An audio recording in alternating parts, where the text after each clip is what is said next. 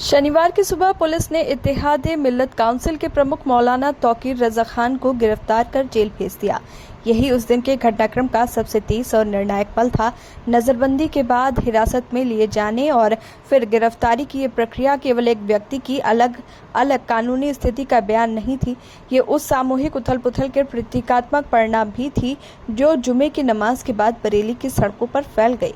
गिरफ्तारी ने तुरंत ही प्रशासन की सख्ती और राज्य के कानून व्यवस्था बनाए रखने के इरादों का संदेश दिया, पर साथ ही ये सवाल भी उठाए कि अपराध और जवाबदेही के बीच का अंतर कब तक राजनीति और धर्म के बीच उलझा रहेगा। घटना की रूपरेखा साफ है।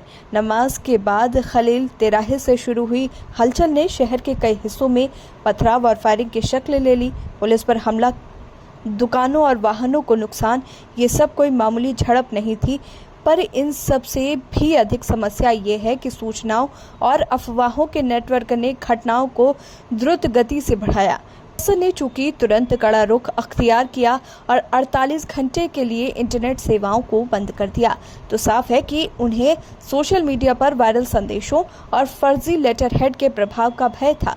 बीएसएनएल के क्षेत्रीय अधिकारी जीए पंकज पोरवाल द्वारा आदेश की पुष्टि ने उस आधिकारिक कदम की वैधता पर मोहर लगाई। मौलाना तौकीर का नाम इस पूरे घटनाक्रम में इसलिए भी महत्वपूर्ण है क्योंकि वो विवादों से अनजान नहीं है। 2010 के दंगों से उनका संबंध और ज्ञानवापी के बाद उनके आंदोलनों की पृष्ठभूमि इस बार की घटनाओं को अलग संदर्भ देती है। उनकी गिरफ्तारी, उनके कथन और वीडियो बयानों को देखते हुए ये स्पष्ट है कि किसी भी जिम्मेदार सार्वजनिक हस्ती की भाषा और रुख कितनी जल्दी माहौल को गरमा सकता है।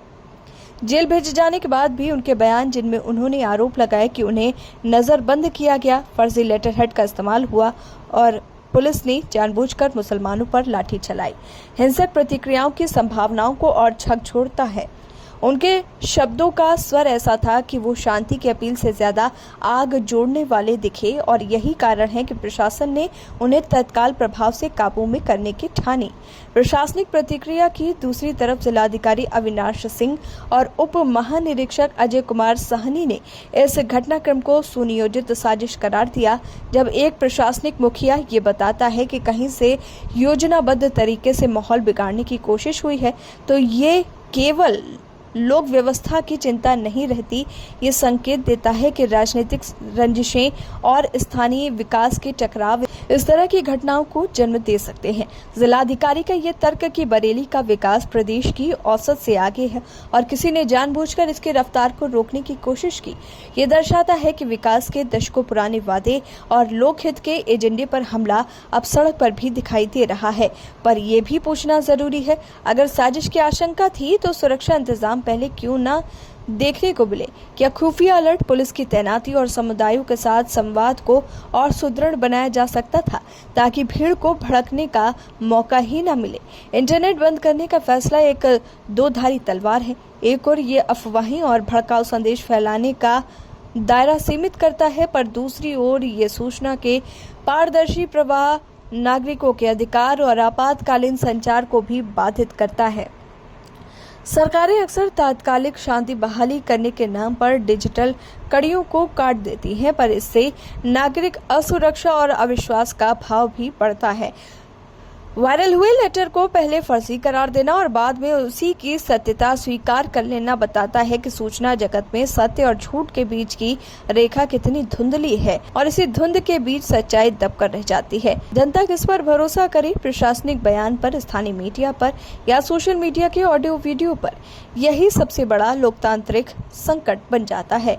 किसी भी धार्मिक या सामाजिक हिंसा के जड़ में अक्सर दो चीजें साफ नजर आती हैं: नेतृत्व की जिम्मेदारी और सुरक्षा संस्थाओं की तत्परता। मौलाना जैसे नेताओं का आक्रामक भाषण, चेतावनियां और भावनात्मक उपदेश जब अस्थिर परिस्थितियों में मिलते हैं तो परिणाम उम्मीद से भयानक हो सकते हैं। वहीं पुलिस का जवाब भी निश्चय ही कठोर होना चाहिए, पर इतना कड़ा नहीं कि वो स्थिति को और बिगाड़ दे। बरेली की घटनाओं में पुलिस पर पथराव और फायरिंग की रिपोर्ट आई। ऐसे में ये देखना होगा कि प्रलेखित बल का प्रयोग किस हद तक वैध और आवश्यक था और कहां पर कानून का सीमावर्ती उपयोग हुआ। सबसे दुखद पक्ष ये है कि इन सब का सबसे बड़ा शिकार आम नागरिक होते हैं। व्यापारी, रोजगार पेशा लोग और वो समुदाय जो वर्षों से शांति और सह अस्तित्व की नींव पर टिके हुए हैं। विकास की रफ्तार जिसे जिलाधिकारी ने रेखांकित किया, उन सड़कों पर टूटा जो अर्थव्यवस्था का खून है। जब बाजार बंद होते हैं, इंटरनेट सेवाएं ठप होती हैं और भय की भावनाएं फैलती हैं, तो आम जीवन पर जो असर पड़ता है उसकी भरपाई ना तो आसानी से हो पाती है और ना ही शीघ्र ही। अब जरूरी है कि गिरफ्तारी के साथ साथ पारदर्शी जांच और सामुदायिक संवाद को भी स्थान दिया जाए। केवल गिरफ्तारियां और इंटरनेट बंदी संकट का स्थायी समाधान नहीं है। असल सवाल ये है कि क्या प्रशासन सामुदायिक नेताओं, नागरिक समाज और स्थानीय मंदिर मस्जिद संस्थाओं के साथ मिलकर दीर्घकालिक शांति का निर्माण करेगा। क्या जांच निष्पक्ष होगी और दोषी चाहे किसी भी पृष्ठभूमि से आए हों, उन पर कानूनी कार्रवाई होगी। और सबसे अहम, क्या भविष्य में ऐसे घटनाक्रमों की रोकथाम के लिए नीतिगत सुधार और चेतावनी तंत्र मजबूत किए जाएंगे। बचे हुए प्रश्न बहुत हैं। क्या ये घटना स्थानीय उबलती सामाजिक जैसे मुद्दों का परिणाम थी या कोई बड़ी साजिश? क्या कानून के नाम पर उठाए गए कदम है ये?